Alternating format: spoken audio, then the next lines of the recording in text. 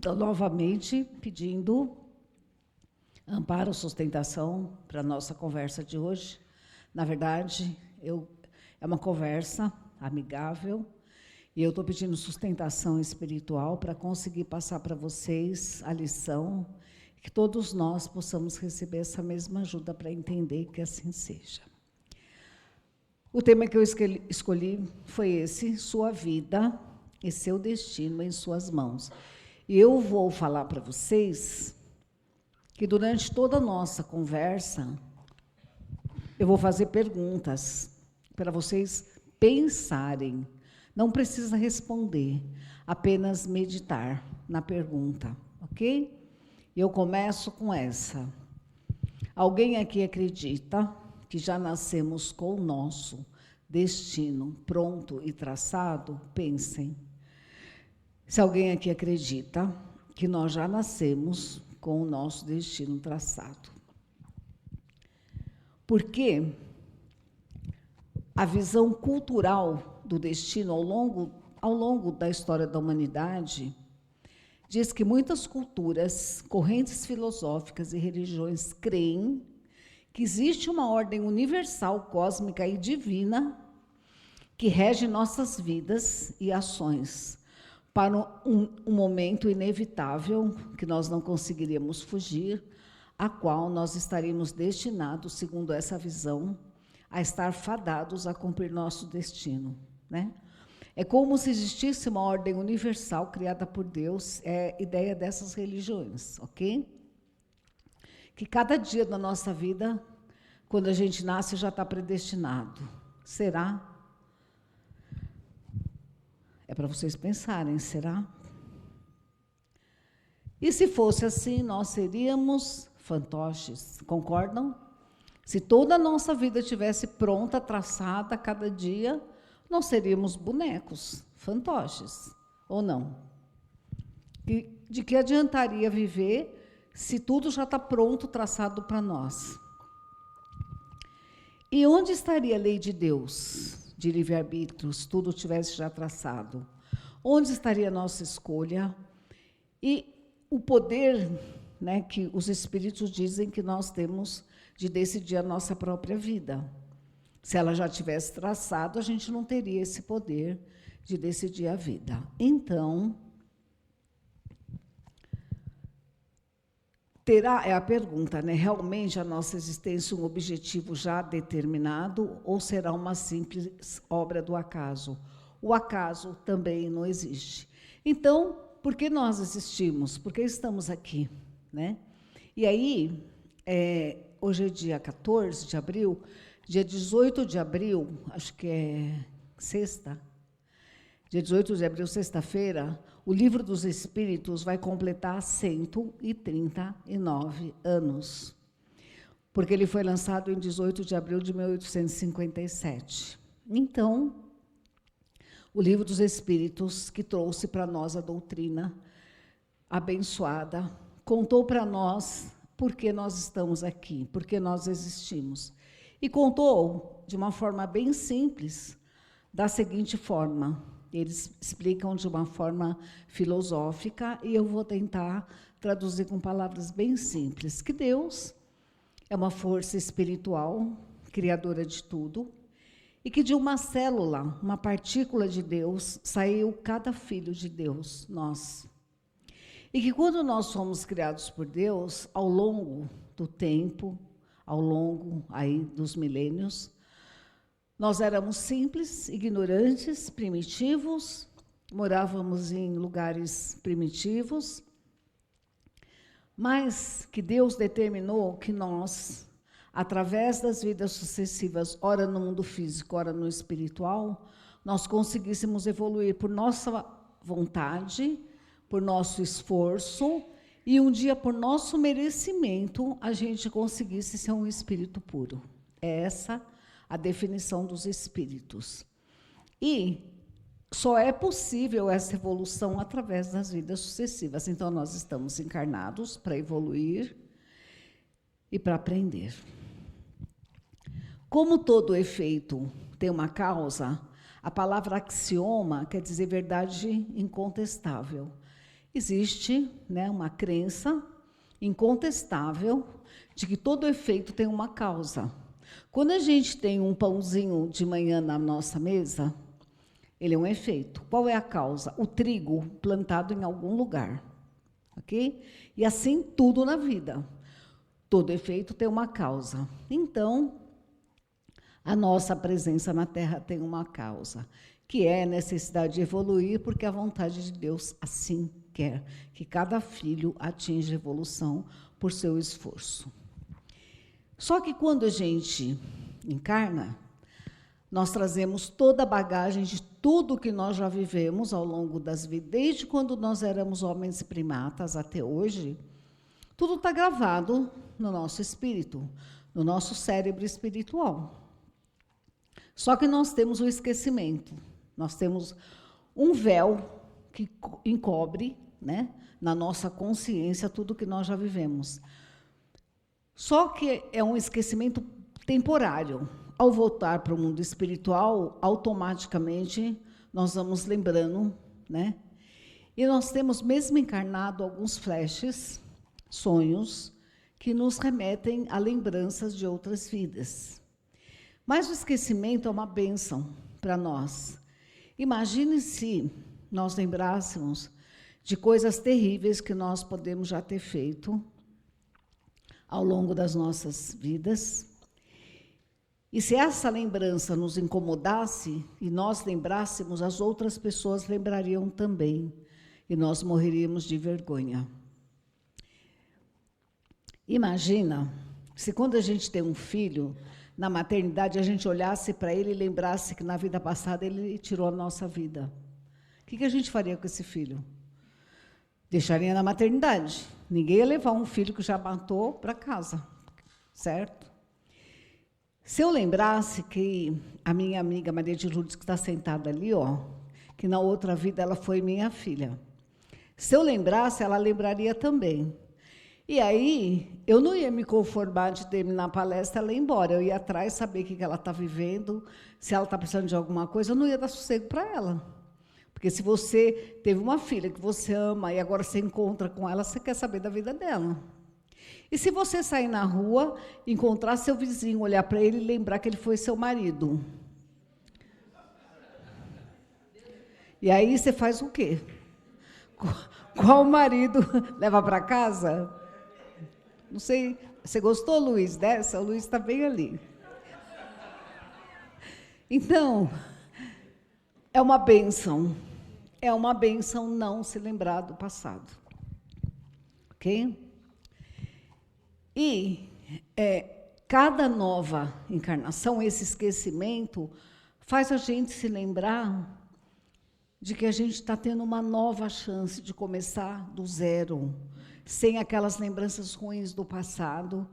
E, às vezes, a pessoa que nós amamos, ela precisou nascer numa outra casa, mas a gente encontra com a pessoa um dia e tem aquele carinho, aquele amor. Ela está vivendo uma outra situação, mas o amor permanece, né? Às vezes é um amigo que é mais irmão que o irmão, né? Bom, tudo que nós passamos é fruto das nossas decisões, atitudes ruins, né? E elas, boas ou ruins, constroem o nosso destino. E o Chico falava assim, ó, somos livres para decidir nossos atos, muito embora nos tornemos escravos do que acontece quando fazemos, falamos, decidimos. Nessa cena da imagem, digamos que é um casal, né? Eu não sei se todo mundo dá para perceber que eles estão numa briga terrível. Se você alimenta uma relação de briga todo dia, se você alimenta uma relação tóxica, como se fala hoje, né? Desse jeito, isso um dia, e você não faz nada para mudar, vai se tornar um crime. Então, é por isso que o Chico fala que nós somos escravos daquilo que nós vamos permitindo e vamos deixando rolar solto sem tomar uma atitude, né? Essa imagem aí, ó, está escrito: nascer, morrer, renascer ainda e progredir sempre, tal é a lei. E, para quem não sabe, essa frase está escrita no túmulo do Allan Kardec, lá em Paris. Eu, quando olhei a imagem, me parece que é uma família, uma figura hindu, porque começa assim, um bebê que começa a gatinhar, que virou um menino, que virou um jovem, que virou um homem, que virou um velho, que ficou doente e que morreu. E a forma como ele está paramentado, quem costuma usar esses colares são os hindus, né? E aí tem um cordão que vai ligar ele num útero para começar tudo de novo.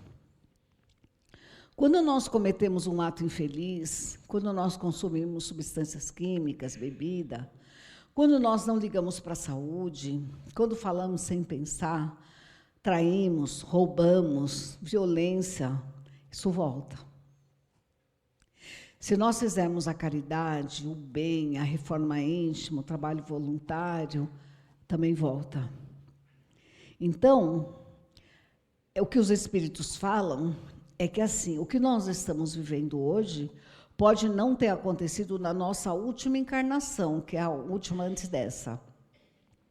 Mas pode ter acontecido há 1000 anos atrás, há 100 anos. As encarnações são solidárias. O que você não acerta em uma, acerta na outra, ou acertou pela metade, acerta depois, e assim por diante. Só que tudo tem que ser acertado. Eu pus uma frase aqui para a gente pensar. Elimine a mágoa, se colocando no lugar da pessoa que te magoou. Ela está ela está em dívida com a lei do retorno e você não.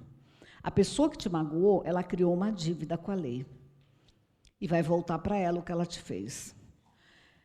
Não adianta você torcer contra, carregar uma mágoa a vida inteira, que vira um lixo dentro da gente. Se a pessoa que te feriu, ela já tem acertado na vida dela que vai voltar para ela. Então, nosso melhor caminho é não nos preocuparmos com isso, deixar que a lei cobre da pessoa, ok? Não existe ninguém que engane sem depois ser enganado, e não existe ninguém que dê amor e não receba de volta. Esse amor que a gente fala aqui, não é amor homem-mulher, né, casal. É qualquer tipo de amor. Você dá amor para um animal abandonado e a vida te devolve esse amor de outra forma. Então, na vida, tudo tem a mesma medida. O universo é simples nos pagamentos. Ele nunca deixa dívidas para trás.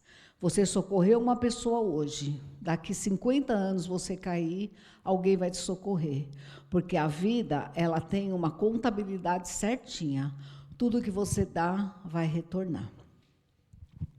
Temos que bendizer a Terra, o nosso planeta, que estamos caminhando nele, né, há séculos, e que recebe nossas dores, nosso sangue, nossas lágrimas, nossas queixas, e nos dá sempre a oportunidade de voltar. Um dia nós vamos deixar a Terra se evoluirmos como Deus espera, né? Ou ficar nela melhor, ou sair dela para um outro mundo melhor, mas sempre bem dizer, tudo que aprendemos neste planeta abençoado, né? Que parece que está de cabeça para baixo, mas não está, porque Jesus toma conta disso. E aí, depois de tudo que nós ouvimos, eu falei que eu ia algumas vezes pedir para vocês pensarem. Por que será que Deus criou essa lei de retorno? Deus é a inteligência suprema do universo. Por que será que Ele criou essa lei? Pensem. Para ser justo. Se Ele determinasse o nosso destino, Ele estaria beneficiando um contra o outro, porque tem gente que nasce uma família rica, boazinha, maravilhosa, viagens, né, para o exterior, carros de luxo, e outros nascem na miséria absoluta. Então, só existe um jeito de Deus ser justo e ser o Pai, né, eterno, é a lei de retorno, para o bem e para o mal. Outra para vocês pensarem. Só que essa eu quero que vocês respondam. Por tudo que a gente está passando nessa vida, cada um que está aqui hoje, vocês acham que a plantação de vocês no passado foi ótima? Quem acha que foi ótima? Não foi, não? É só analisar a vida. Se ela foi um mar de rosas, sua plantação foi maravilhosa. Se não foi um mar de rosas, não está sendo, a plantação não foi boa, ok? Uma turbulência, né? Né, Maria? Uma turbulência. E daqui para frente?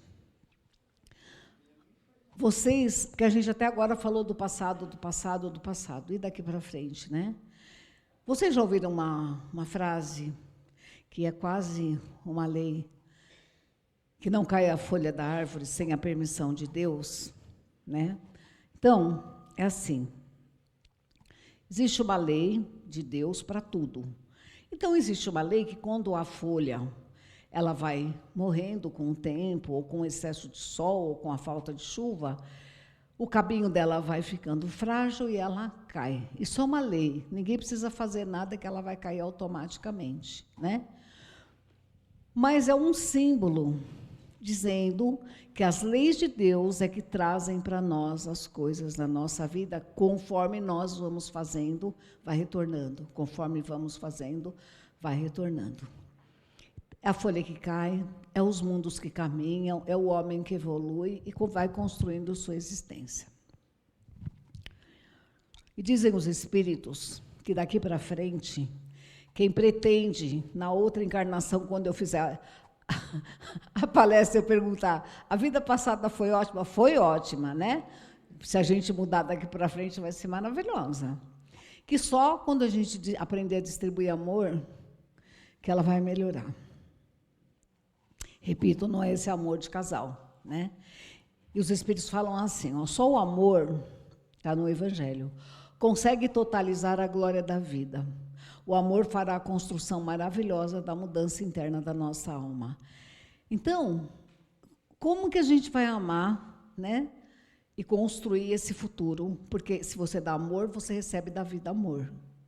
Não é pela mesma pessoa, ou por outra pessoa, ou pela própria vida. Nós temos que amar este planeta, já falei por quê, né? Porque ele é a nossa casa. No universo, nós temos essa casa.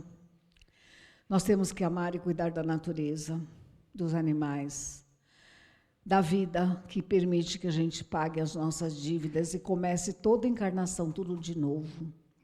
Amar as pessoas que Deus colocou na nossa vida, aquelas que nos amam e aquelas que não nos amam.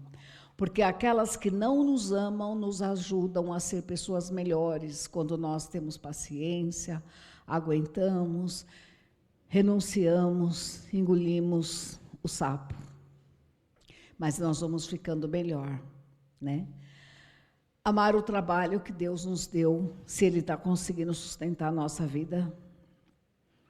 Amar o ambiente que nós moramos, que foi a vida que colocou por uma razão. E temos que morar num lugar limpo e organizado. Não é fazer faxina todo dia, é não juntar lixo, é não deixar tudo desorganizado. Por quê? Você construir um ambiente limpo para você e as pessoas que estão com você viver, vai trazer para você no futuro uma casa digna. Não estou falando de rica, estou falando de digna. Em ordem, arrumada. Quanto mais sujeira você vive, é o futuro que está sendo plantado, né? Perdoar os inimigos, porque eles vão se acertar com Deus, porque tudo que eles fizeram está retornando para eles e não para nós, né? E não desejar o mal deles, porque se desejar o mal, volta para nós. Percebem? Que daqui para frente, tudo que a gente for fazer, a gente tem que lembrar que está voltando. Então, quanto mais coisas boas a gente espalhar, mais coisas boas nós vamos receber de volta. Existem algumas linguagens do amor, eu vou tentar explicar para vocês. É a psicologia que fala isso, né? Então, é assim. Como você sabe que você é uma pessoa que ela te ama? Quando ela dedica tempo a você. Quando ela para te mandar uma mensagem. Quando ela para te dar um conselho, quando você pede. Quando ela pede um socorro, você vai e dá atenção para ela. ou o contrário, quando alguém dá atenção para você, quando alguém gasta seu tempo com você, quando você quer chorar suas mágoas, a pessoa está ali ouvindo. Então, toda pessoa que dá um pouco do seu tempo para alguém está amando. E quando você recebe, a pessoa está te amando. Esses presentes não são coisas caras, pequenos mimos. Eu tenho aqui alguns alunos, né, na casa, alguns bastante. Às vezes, no fim da aula, um bilhetinho, obrigado, professora, pela aula, uma balinha, né? E assim nós podemos dar um chocolatinho na Páscoa, que é tradição, não tem nada de mais nisso, né? Então, pequenos mimos, pequenas coisinhas que a gente pode fazer por alguém. Eu me lembro que no Dia Internacional da Mulher, a gente ganhou um monte de coisinhas simples, né? Então, quando você quer dizer para uma pessoa que você ama, às vezes você não tem nem como falar, mas um mimo, um agrado, palavras de afirmação, do tipo, a pessoa está falando, você fala, não, fica tranquilo que eu vou te ajudar. Fica quieto, tudo vai dar certo. Não se preocupa que Deus está na frente. Hoje em dia usa a palavra assim, estamos juntos, né? Tem até um símbolo lá, naquelas, como chama, emoji, né? Estou contigo, fica tranquilo, eu vou ficar do seu lado, eu te amo. Nas mensagens de WhatsApp, sempre terminar assim, gosto de você, eu te amo, um ótimo dia, né? E atitudes com as pessoas mais próximas, fazer um lanche, acompanhar a pessoa no médico, se preocupar quando a pessoa está doente e perguntar, você está melhor? Você está passando bem? Como que foi sua noite? Né? Quando você está na chuva, de guarda-chuva, e tem uma pessoa fora do guarda-chuva e você oferece carona de guarda-chuva. Com uma pessoa idosa, está com peso, você ajuda a carregar esse peso. Então, são linguagens do amor. Quando você fizer, ele vai saber que você ama. E quando você receber, você também vai saber que a pessoa te ama, mesmo que ela não fale. Comande a embarcação da sua vida e não atribua aos outros os erros que a sua mão venha cometer. Nós temos, às vezes, hábito de fazer as coisas e culpar os outros, né? E, às vezes, nos justificar perante a nossa consciência. Você fez uma coisa errada, na hora a gente sabe. Quando a gente faz uma coisa errada, a gente sabe na hora. Aí começa a se justificar. Ah, porque ele me olhou de cara feia. Ah, porque outro dia ele não me cumprimentou. Ah, porque ele fez aniversário e não me chamou. Então, a gente tem sempre uma desculpinha para justificar a gente mesmo, né? Tem religiões que dizem assim, você sofre porque é o pecado original. Porque os seus antepassados cometeram erros ou coisas do tipo, né? Então, nós precisamos lembrar que falar assim, ó, a minha infância foi ruim, eu trago traumas da infância. Se a gente foi colocado numa casa onde a gente não teve uma boa infância, tem um motivo para você ter nascido, nós, né, naquela casa. Então, justificar o resto da vida que você vai mal porque a sua infância não foi boa, é terceirizar a culpa para outro. E cumprir o dever de cada dia. Se você todo dia faz as coisas do dia, você acorda e sabe, né, as coisas que você tem que fazer naquele dia. Então, hoje, por exemplo, eu acordei e eu sabia, na minha mente, tudo que eu tinha que fazer, inclusive essa palestra. Quando a gente vai empurrando para frente as coisas, chama procrastinar, né? Você tem uma consulta, eu vou outro dia. Aí você tem que fazer, né? Ir no banco pagar um imposto, aí amanhã eu vou. E conforme a gente vai jogando as coisas para frente, a vida devolve. Você tem um processo que não sai do lugar. Você tem que resolver um negócio na net e não anda. Você está esperando a Enel para ligar não sei o que na sua casa e não vem. Porque quanto mais o nosso dever vai sendo empurrado para frente, a vida vai te devolvendo na mesma proporção. Então, tua vida fica enrolada, tal qual a gente enrola nosso dever de cada dia. Lembrando que a vida tem menos 4 horas, segundo os espíritos, do tempo de antigamente, por conta da transição planetária. E dessas 4 a menos, a gente usa umas 3 na rede social. Então, nosso tempo de 24 foi para 18, certo? E aí, ó, atenção, atenção, atenção. aqueles minutos de vigilância. Sabe o escapou? Sabe como que é o escapou? Ah, eu sei que eu não podia fazer, mas escapou, não sei por que escapou. Ai, caramba, por que eu fiz isso? É em vigilância, um pensamento solto, vazio, então a gente vai fazendo coisas que a gente não sabe que não deve fazer. E o José Carlos de Luca, ele fala assim, ó, 1 segundo de invigilância, quando você sai da linha e faz uma coisa que não deve ou fala, pode custar dias de perturbação, porque você fez uma coisa que não deve e ninguém precisa fazer nada. Aquela culpa vai te corroendo durante dias, né? Isso quando não fere alguém. E agora eu estou indo já para o final, né? Não viva apenas reagindo aos acontecimentos. O que é reagindo? É ficar parado esperando que a vida te traga uma doença, te traga uma visita, te traga um desconto no banco, te traga um pneu furado. Fica esperando. E você vai reagindo, né? Só porque as coisas estão vindo. Você não traça um plano para o futuro, né? Nós não traçamos um plano. A gente vai deixando a vida trazer e vai driblando a vida, né?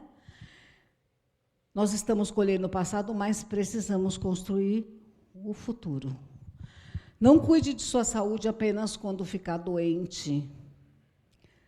Tomar água, passar no médico, fazer exames periódicos, tomar medicação no horário e no dia certo, né? Fazer a dieta que o médico manda para os diabéticos, hipertensos e tudo mais, né? Porque o espírito, para evoluir, precisa de um corpo sadio. Não pense em tratar seu cônjuge somente quando ele cogitar da separação. Quantas pessoas vêm aqui quando o outro pede a separação? E nunca foi cultivada a relação, nunca foi cultivada a amizade, nunca foi levado num passeio, nunca foi convidado para tomar um sorvete. Não queira reciclagem profissional só quando você ficou desempregado, porque o desemprego é uma das maiores provações para o ser humano. Então, tentar sempre estar se atualizando, se reciclando. E as pessoas que só reagem, não constroem nada, são aquelas que agem, às vezes, quando a corda está no pescoço. Ele tem 10 aluguéis atrasados, e vai enrolando, até ser despejado. Aí a corda no pescoço, né? E essa aqui é ótimo. Um jogo de futebol, né? É sempre desconfortável termos que virar o placar de um jogo quando ele é desfavorável, quando seu time está perdendo de 2-0 e você reage aos 10 minutos do segundo tempo, faltando 10 minutos, né, do segundo tempo para acabar. Porque tem gente que resolve fazer reforma íntima quando o médico fala, sinto muito, mas o senhor tem só 6 meses de vida. Aí ele resolve fazer a reforma íntima. É os 10 minutos que faltam para acabar o jogo, né? A gente tem que fazer antes. E não ter preguiça de se tornar um homem novo, né? Eles falam que muitos dos nossos problemas de hoje poderiam ter sido evitados se a gente tivesse mais consciência e menos preguiça de mudar. Sempre se colocar, encerrando, em último lugar. Não seja o primeiro a pegar a mistura. Foi posto o jantar, o almoço, você vai lá, o primeiro a pegar a mistura, o primeiro a sentar na mesa, o que vai sentar no lugar melhor, o que escolhe o filme que vai assistir, o que escolhe o seriado. O cara, sempre em primeiro lugar, né? Os espíritos falam que quando você deixa todo mundo fazer as coisas e você vai lá no seu tempinho, a vida toma a sua defesa e coloca você no lugar que você merece de verdade. E eu termino, né? Cuidado para não julgar, porque a pedra que a gente atira em alguém é a mesma pedra que a gente vai tropeçar um dia. Então, é melhor não jogar pedra em ninguém, né? E esse moço lindo, antes da nossa vontade, a vontade do Senhor. E quando a gente for tomar uma decisão, perguntar o que Jesus faria no meu lugar. Nunca erraremos. Gente, era isso que eu queria trazer para vocês. Eu agradeço a paciência, o tempo de vocês, né? Esse tempo é uma demonstração de amor, como foi falado, né? Quando você gasta um tempo para alguém, e que Jesus possa dar para vocês só coisas boas, e que daqui para frente a gente pense em construir, né, um futuro melhor para todos nós. Obrigado por me ouvirem, que Deus abençoe a todos. Obrigada, gente. Obrigada.